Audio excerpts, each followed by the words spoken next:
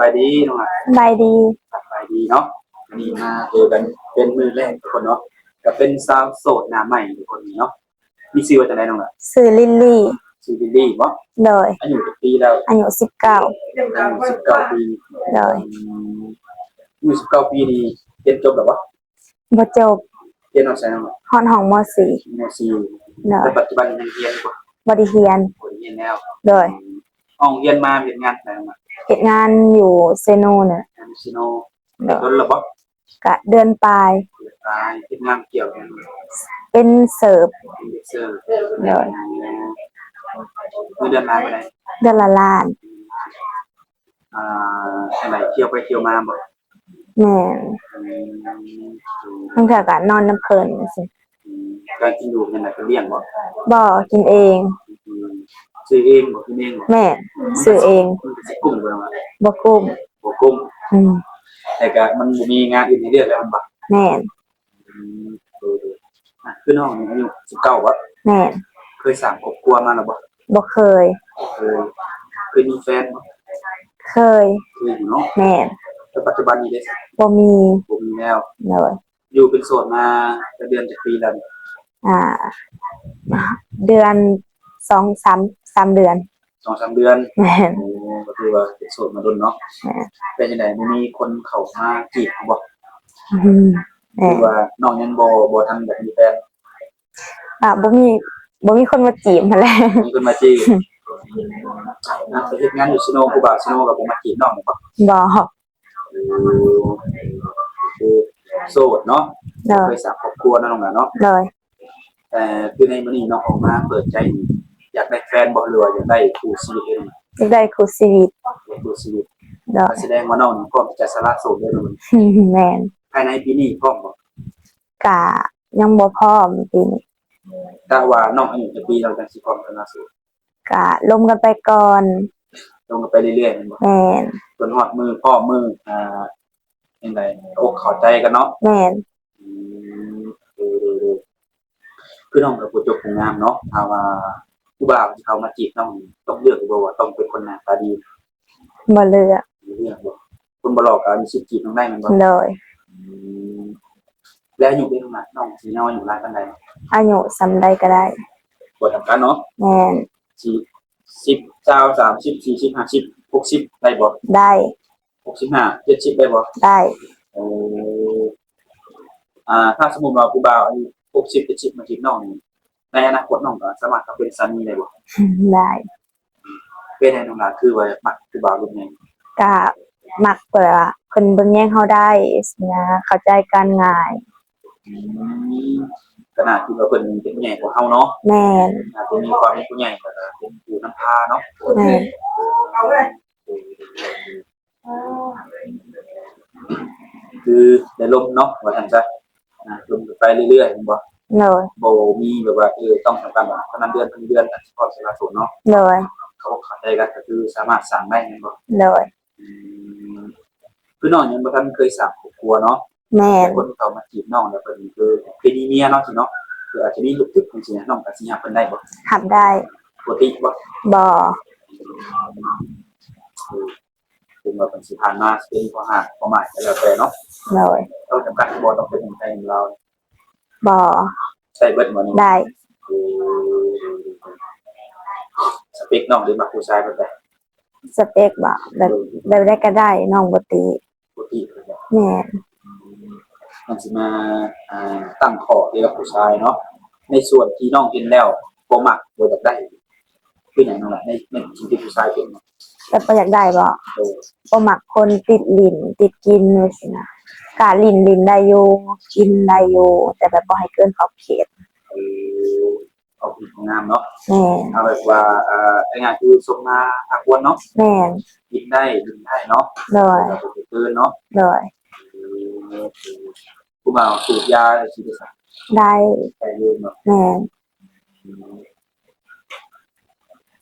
ก็คือว่าข้อห้ามน้องบ่ได้นักเบิ่งเนาะบ่มันข้อห้ามแต่ว่าให้ลดผ่อนเนาะแม่นก็คือเราสามารถกินลิ้นบ่ลิ้นเคยเที่ยวบ่เนาะแต่เนาะแต่ถ้าว่าได้ครบน้องก็อยากให้ลดลงมันบ่เลย ถ้าเกิดว่ามื้อหนึ่งไม่ได้มื้อหนึ่งเนาะได้สร้างครอบครัวแล้วอยากให้น้องไปดูนำดูสามีได้บ่ อยู่นำบ่ก็ได้ อยากออกไปสร้างครอบครัวเนี่ย โดยได้ แต่อยู่เพื่อนน้องมีมีเพื่อนมีน้องบ่ มีอ้ายคนหนึ่งมีน้อง2 คน แต่น้องเป็นลูกคนที่สอง แม่น สร้างครอบครัวแล้ว อ้ายเนาะแม่นสร้างครอบครัวแล้ว ถ้าน้องของเพื่อนนี่ผู้ใดสิอยู่ดูแลของทางนี้น้อง ก็มีน้องผู้หญิงคนหนึ่ง โอ้เป็นนักเรียนบ่ เทียน แต่เพื่อนน้องเนาะมีอาชีพอะไรเกี่ยวกับบ่ บ่มีแต่เฮ็ดนา เวลาวันนี้เห็นงานคือเห็นงานเนาะ แม่น เป็นไงพนักสัมปาเป็นจริงบ่ บางปีก็บ่กุ้ม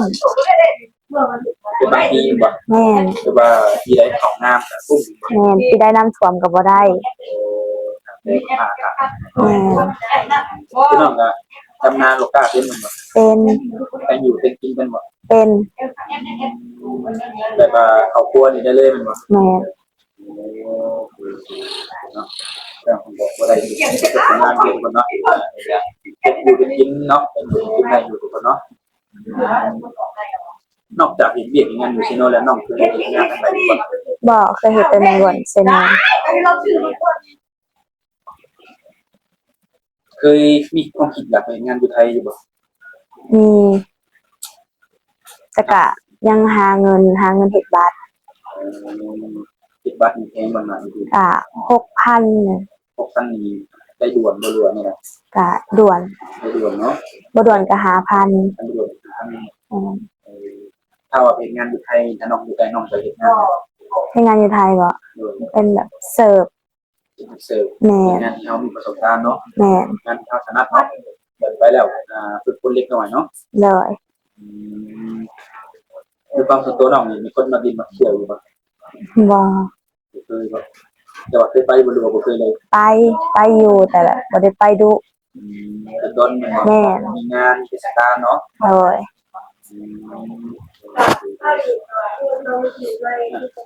คนนอกก็คือมามันเป็นจุดจบงานมันเปิดใจเนาะครั้งแรกของมันน้องอ่ะ แม่น ครั้งแรกเคยมีแฟนแต่บ่เคยสักครอบครัวเนาะแล้วก็การอบรมก็บ่ได้จำกัดว่าตั้งขนาดปีมันบ่ เนาะ ต้องเบิ่งตามไปตามกันเวลาเนาะ เลย คือน้องมีความสูงแรง 660 160น้ำหนัก น้ำหนัก50 10ติดเล็กน้อยเนาะคือมื้อนี้จังได๋บ่ได้ไปเฮ็ดงานบ่ครับ บ่ผัก เดือนหนึงพักจักเทื่อ 2 เดือนหนึงพัก2เทื่อเนาะ แล้ว เวลาพักนี่ก็เป็นจังได๋เพิ่นก็ไล่เงินเดือนให้เฮา บ่ คือคันว่าถ้าหยุดก็คือบ่ได้เงินนั่นบ่ แม่น น้องได้เงินเป็นรายวัน ได้เงินเอาเป็นรายวันก็ได้เป็นเดือนก็ได้ โอ้ได้ไปเท่ามัน แม่น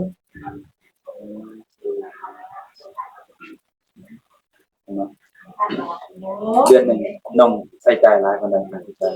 ค่าใช้จ่ายบ่ก็เดือนหนึงก็บ่หลาย ประมาณเลยบ่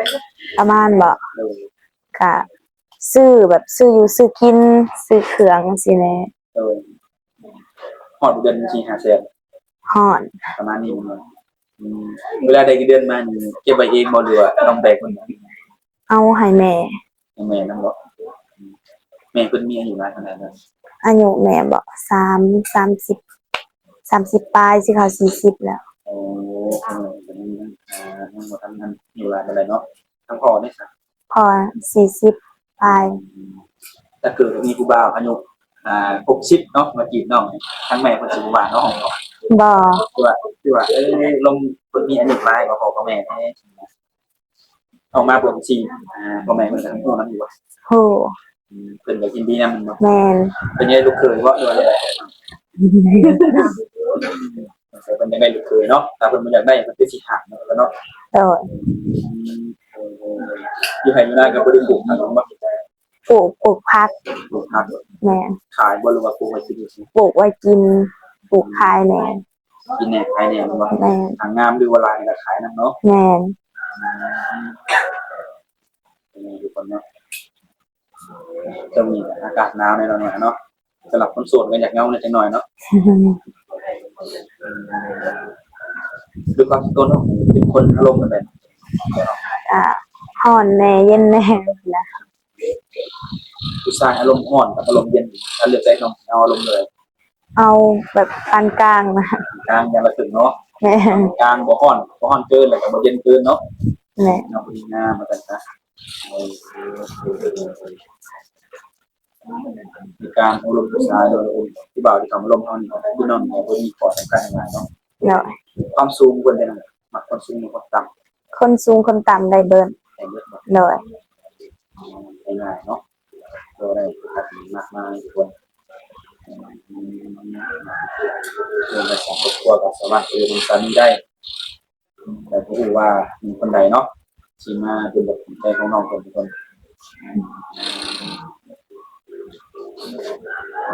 คือน้องเห็นงานน้องทาวมีคนมาจีบน้องที่มีเวลาลมน้ำกัน ก็มี น้องหวังสุดในคนมาเป็นงาน ส่วงกลางเวน ตอนนี้น้องเปิดอ่านชั่วโมงปิดชั่วโมง เปิดห้านแต่4 โมงแรงหา12 โมงกลางคืน ทีมแรงงานจะเป็นกลางคืน แม่นเป็นห้านเบียร์ห้านอาหาร ได้ว่าบางคนอะไรมาเปียกไปน้ำมันแบบ แม่น เมื่อไหร่ของซีโน่เนาะ อยู่ห้านเพื่อนเบียร์ อ่านตัวเบียร์ แม่น เอ็กซ์ดันดุลระบบ เดือนปลาย โปรไฟล์ตรงไหนลูกค้าหลายปะ บางมือก็หลายบางมือก็บ่หลาย เคยคิดจะเปลี่ยนเหยียดงานหรือเปล่า ก็เคยเพราะว่ามันได้เงินเดือนน้อยก็จะเปลี่ยนแต่มันบ่มีทางไป หรือว่าบ่มีงานให้เปลี่ยนใช่เนาะ แม่น เวลาลูกค้ามาทำก็ต้องไปเสิร์ฟเบียร์เสิร์ฟให้เพิ่นบอก แม่นก็เวลาลูกค้ามาก็เอาเบียร์ไปเสิร์ฟให้เพิ่นแล้วก็ยินให้เพิ่นแล้วก็เฮาก็ไปเฮ็ดเวียกของเฮา เพิ่นจะให้คิดให้เขาอยู่บ่ ให้ ใครอยู่เนาะมาสมทบหรือว่าติดเงินเดือนเขาเนาะ โดย ไปมาจังได๋รถจักรบ่รถจ้างรถไฟ รถจักร รถจักรไปขี่ไปเองบ่ แม่น เพื่อนก็มีสัตว์เลี้ยงอยู่บ่ มีงัว2 ตัว มาต้องโต ให้เป็นอันก็ได้ให้น้องเลี้ยง ไว้ให้น้องบัดตัวเองนี่ได้จ้ะ เราเองบ่ เลย หาใหม่ก็ได้ เอาไว้เสียสละให้น้องเหมือนกัน แม่น เนาะเป็นเรื่องที่มันต้องเสียสละเนาะคือเงินนี่ก็หาเงินเขาเพื่อนมีแต่น้องนี่ แม่ อ้ายไปนี่ อ้ายบ่อ้ายก็ถูกคุกได้อันสิฮอดปีแล้ว เป็นเฮ็ดจังได๋ ไปนำหมู่แล้วแปลว่าอ้ายบ่ได้ชิ้นส่วนหยังเลยนะแต่ก็มาจับอ้ายก่อนเลย มีส่วนร่วมกับหมู่เนาะ แม่น บางทีเพิ่นก็คำบอกเฮาก็มันก็ส่วนยังบ่ได้เนาะเพราะว่ามันอยู่เหตุการณ์เนาะ แม่น กับหมู่เดียวกันเพิ่นจำแต่ปีนึงน่ะ บ่ฮู้ว่าจักปีเขาเจ้ายังบ่ได้ให้คำตอบว่าจักปี คือในปัจจุบันนี้คือมีแต่น้องเนาะ แม่น เดือนหนึ่งเดือนละล้านเหมือนกันนะ แม่น เดือนละล้านทางกลุ่มหนึ่งบุคคลนอนนั่งเนาะ แม่น ชื่อมันแต่มันกระเพงเงินคนนะก็คือว่าน้องอย่างคือตอนนี้คือน้องเป็นเสาหลักมันบอกเสาหลักที่ต้องอะไรดูแลอันนี้เพื่อนมันบอก โดย อันนี้เพื่อนมันมาจากใช้แน่แบ่งแน่ โดยส่วนหลายก็ให้แม่เบิดมีแต่อาศัยเงินติป โอ้แต่มีเดือนละหนึ่งบอกส่วนร้ายมันบอกส่วนร้ายเนี่ยจะให้แม่ตัวน้องอาจจะใช้เงินทิป แม่น เอาเงินทิปมาตลาดมาของเรา ก็บางมื้อก็ได้100,000 100,000ปลายรวมกัน ได้หลายชุดก็ได้ หลายสุดบ่ โดย 500,000 500,000โอ้ถ้าได้ทุกมือวิ่งก็สิดีเนาะ แม่นแต่ก็ดนๆได้เทื่อ เงินในเที่ยตามลูกค้ามันบอก แม่น ถ้าลูกค้าหลายนี่น่าจะได้คิดหลายมันบอก โดย ถ้าเกิดว่ามีผู้บ่าวเขามาจีบน้องเนาะสนใจน้องและอยากให้น้องนี่อะไรออกไปเฮ็ดงานใหม่น้องแบบเพิ่นจะหางานเฮ็ดให้ใหม่น้องคืออยู่ โอเค หรือว่าจะได้น้องไปเฮ็ดงานอยู่ฝั่งไทยนั่นไปบ่ ไป ไป แม่น พร้อมไปบ่ถ้าว่า พร้อม พร้อมเนาะ โดย โอเคบางทีเป็นอยากให้น้องเปลี่ยนงานเนาะหรือว่าไปเฮ็ดงานที่ว่ามีเงินเดือนสูงกว่านี้เนาะ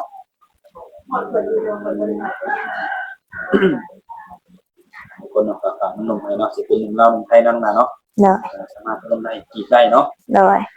เรื่องการอบรมที่ตัดสินใจพร้อมสมาโสดมื้อใดแล้วก็ยังบ่ฮู้พี่น้องเนาะเราต้องเบิ่งในการอบรมกันเนาะ โดย ว่าคนที่เข้ามาหาเฮานี่แบบมีแบบใดนิสัยแบบใดเนาะ โดย ความต้องการแบบใดคนคือความส่วนตัวน้องมักผู้ชายที่การกระทำบ่หรือว่าใดๆน้องอ่ะ มักผู้ชายแบบว่าการกระทำแบบกระทำดีกับเฮาน่ะ แบบว่าเว้าแล้วเห็นได้เนาะ แม่น ใช่การทำดีกันทุกคนเนาะว่าปากไม่สิมาหาเด้อเนาะให้มาฮอดเฮือนให้ซะเนาะให้มาบ่ถ้าเพิ่นอยากมานี่ กะให้มา ให้มามันบ่ โดย ถ้าว่าเพิ่นบ่กล้ามาเฮือนเนาะอาจจะนัดเจอกันกินข้าวอยู่ข้างนอกบ่จังซี่จังได๋ ได้ ต้องไปได้ โดย บางทีมันส่วนเฮาหรือ FC มันสิมีรูปแบบเนาะคนก็อยากมาเห็นหน้าเห็นตามาเห็นเล็กซ่านแบบอารมณ์กับพ่อกับแม่น้องเนาะบางคนก็อาจจะยังบ่กล้าอาจจะนัดเจอข้างนอกก็สิได้อยู่ทุกคนเนาะก็คือว่าแลกพี่น้องกันมาเปิดครั้งแรกอ่า คือน้องเป็นไงเป็นคนขี้ดื้อเลยทำคนได้ กะมีดื้อแน่ ดื้อแน่ระหว่างเอาใจผู้ชายหรือว่าหมักให้ผู้ชายใจเขา เฮามาให้เพิ่นเอาใจเอาก็ได้ หมายเป็นเอาใจเขาแบบคิดหน่อยใจเก่งบ่บ่ไอ้หนึ่งนอกเลยมันบ่ กะบ่ได้อันน้อยใจปานนั้นกะมีเหตุผลน่ะ เวลามีปัญหาหรือเวลาเอาที่ผมหมักผู้ชายเนี่ยเวลาจะเปิดใจบอกแล้วบ่เลิกจะเงียบ กะเงียบ ถ้าน้องเงียบเป็นบู๊เป็นแก้ไขได้เลยแต่ลองเปลี่ยนเองเนาะตาไว้เอามีแฟนนอนยกตัวอย่างเนาะถ้าเกิดว่าแฟนเราเฮ็ดชิ้นนั้นเฮาบางก็อยากให้พ่อตรงกันเนาะ โดย เพิ่นก็สิได้ปรับเปลี่ยนให้เฮานะถ้าน้องบอกเงียบก็มันก็สิเป็นแบบนั้นไปเรื่อยๆนะนี่แนะนำหน่อยนึงอันนั้นก็แล้วแต่ว่าเรื่องเนื้อคู่ของน้องเนาะให้น้องตัดสินใจเลือกเองเนาะ โดย มาคนบันไดนิสัยเป็นใดเป็นหนุ่มข้างในเนาะทางที่ต่อเรื่องหลายมีหยังให้เพิ่น มี LINE กับ WhatsApp มีหลายออนแอปมันบอก2อย่างมันบอก แม่น โดยอ่านฟังหนุ่มเนาะทางว่าสัตว์เองก็กับน้องซึ่งก็ ลิลลี่ น้องลิลลี่เนาะมาเจอกันมื้อแรกเปิดใจครั้งแรกเนาะถ้าเกิดว่าหนุ่มคนใดเห็นแล้วอยากพูดร่วมกับทำจากน้องเพิ่นทายมาได้ทางไลน์นะหรือว่าทางวัดกันเนาะ